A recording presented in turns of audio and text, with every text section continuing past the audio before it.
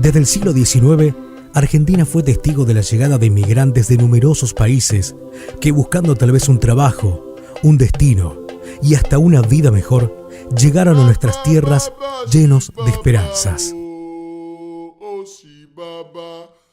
La mayor parte de inmigrantes llegaban a través de barcos, escapando de alguna guerra a veces. Muchos de ellos eran hombres italianos y españoles que venían solos para ver qué pasaba por estas pampas, y una vez que lograban conseguir un trabajo y juntar algo de dinero, llamaban a sus familias para que también los acompañen en esta nueva vida, en un nuevo continente. La llegada de estos inmigrantes de ultramar causó un enorme impacto en la economía y costumbres argentinas, que poco a poco se fueron tiñendo de sus culturas. Pero antes de esta ola inmigratoria de italianos y españoles, hubieron otros que arribaron a nuestro continente, pero no con la misma suerte y de la misma manera, ya que eran traídos a la fuerza para ser usados como esclavos. Hablamos de los inmigrantes africanos, que según algunos historiadores, están presentes en el Río de la Plata desde 1530 aproximadamente. Los primeros africanos a Buenos Aires llegan con el tráfico de esclavos en el siglo XVI, es decir, con el tráfico de esclavos de África al Río de la Plata, llegan los primeros traídos por traficantes negreros portugueses o ingleses. Por esos años se produce la primera autorización al conquistador Domingo Martínez de Irala para que conduzca a unos 100 negros por el Río de la Plata. Además, también en esa época, la fundación de la ciudad de la Santísima Trinidad y Puerto de Buenos Aires fomentó la introducción de africanos que eran utilizados como esclavos. Muchos historiadores coinciden y destacan la presencia de africanos en nuestra zona, aunque la proporción no era comparable con la llegada a otros puntos de América Latina. Según el profesor de historia Oscar Chamosa, en la zona de Buenos Aires se registraron 3 etapas en la evolución de las organizaciones de la comunidad afroargentina para poder sobrevivir como grupo étnico. Chamosa llamó a esas etapas las cofradías, las naciones y, por último, las sociedades. La presencia afro en Argentina se hizo notar en distintos aspectos hasta bien entrado el siglo XX. Luego, otras corrientes migratorias fueron dejando de lado la cultura africana hasta ya entrado el siglo XXI, donde nuevamente en las calles argentinas se nota un creciente número de gente llegada del continente africano, principalmente de Senegal.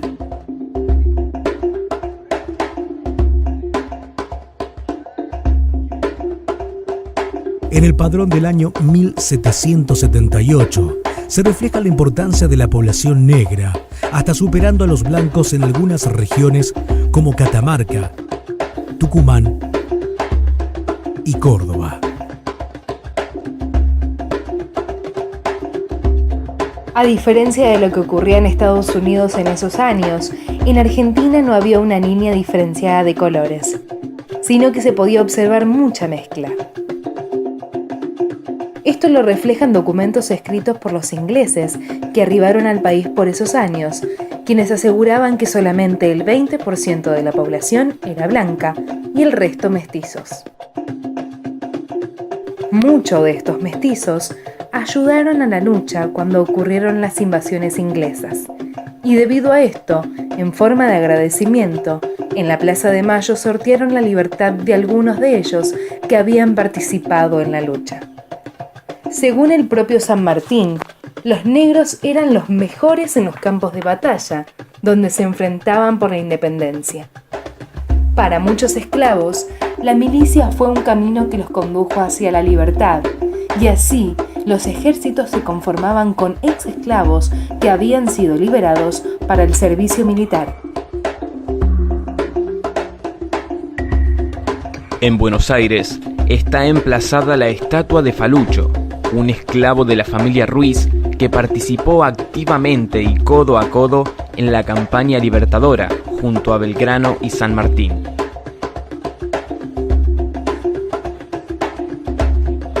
En la última parte del siglo XIX se construyó la idea de una Argentina que era blanca y europea, de la mano de la llegada de los italianos y españoles, pero como vemos, no siempre fue así. Por eso, tal vez, estos negros que forjaron nuestra cultura en la juventud de la Argentina no aparecen en los libros de historia.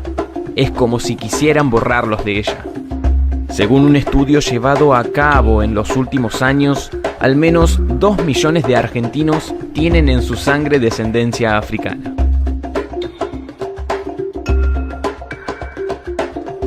En el año 2005 se realizan en la ciudad sudafricana de Durban la conferencia contra el racismo, la discriminación racial y la xenofobia, donde se acuerda reemplazar el término negro por el de afrodescendiente.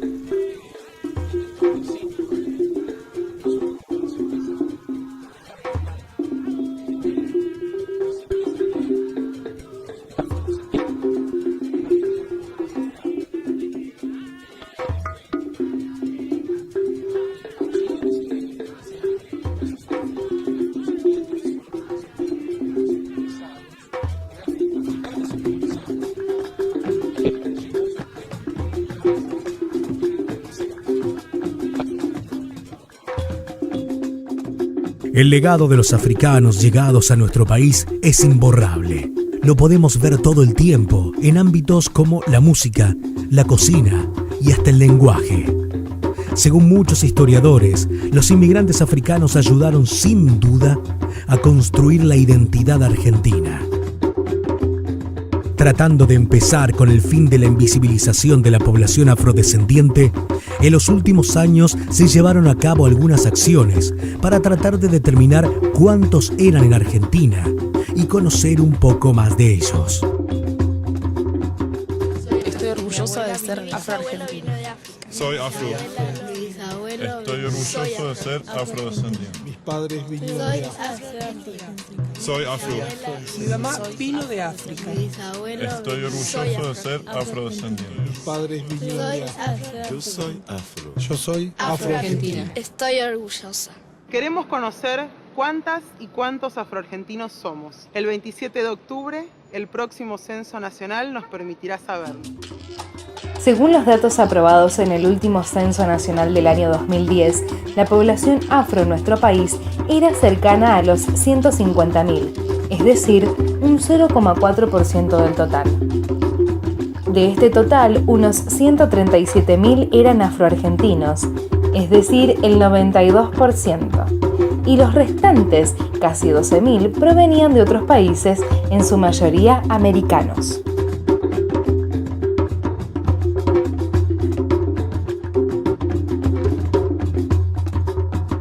En la ciudad de Santa Fe se encuentra el Museo Etnográfico Juan de Garay.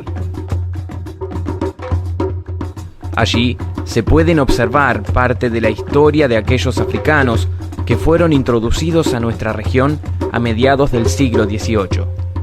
Según datos de esa época, casi el 25% de la sociedad santafesina estaba conformada por estos inmigrantes en consonancia con lo que pasaba en otras regiones del país.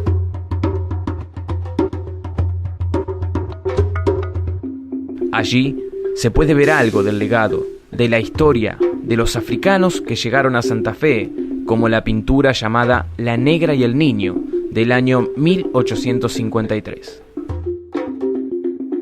Este cuadro, ¿no? O sea, nosotros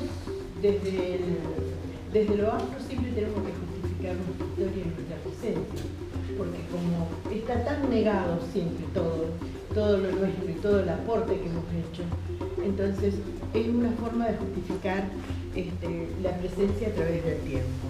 Y tal es así que podemos fijarnos en este cuadro, en donde fue pintado por una pintora de acá de Santa Fe.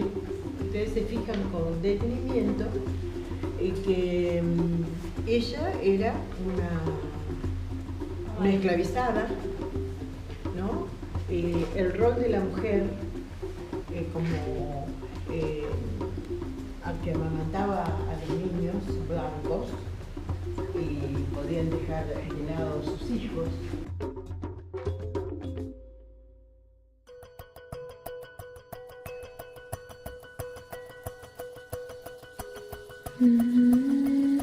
Hoy, afortunadamente, se abren las cabezas y se abre la historia. Tenemos la posibilidad de que en los nuevos libros se escriba toda, pero toda la historia, incluso aquella que en el pasado algunos trataron de ocultar, tapar, borrar.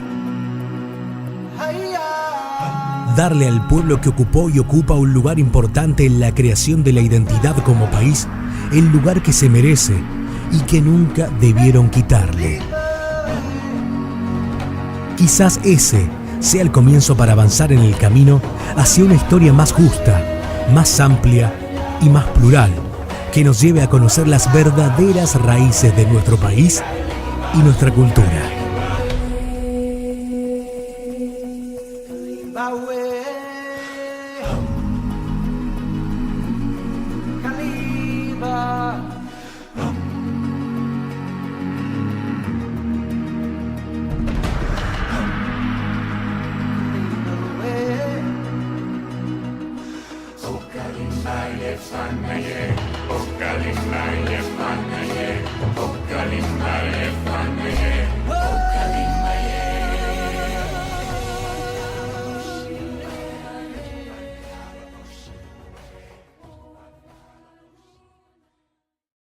Virginia Ciernielo. El 25 de julio es el Día de la Mujer Afrodescendiente, donde se busca combatir la estigmatización y profundizar la visibilización de la mujer afro en Latinoamérica. Se busca también reivindicar el aporte social, cultural y económico que estas personas tienen en este territorio. En los tiempos vemos reflejados cómo tanto el hombre como la mujer afrodescendiente vivieron de manera esclavizadas, donde tuvieron que hacer trabajos forzados y donde muchos de ellos tuvieron que ser parte de una sociedad que no pertenecía. Hoy la vemos como mujeres, y no por ser negra o por ser esclavas, van a ser discriminadas o apartadas de la sociedad. La sociedad ya cambió, y desde el 25 de julio de 1992 son escuchadas y respetadas.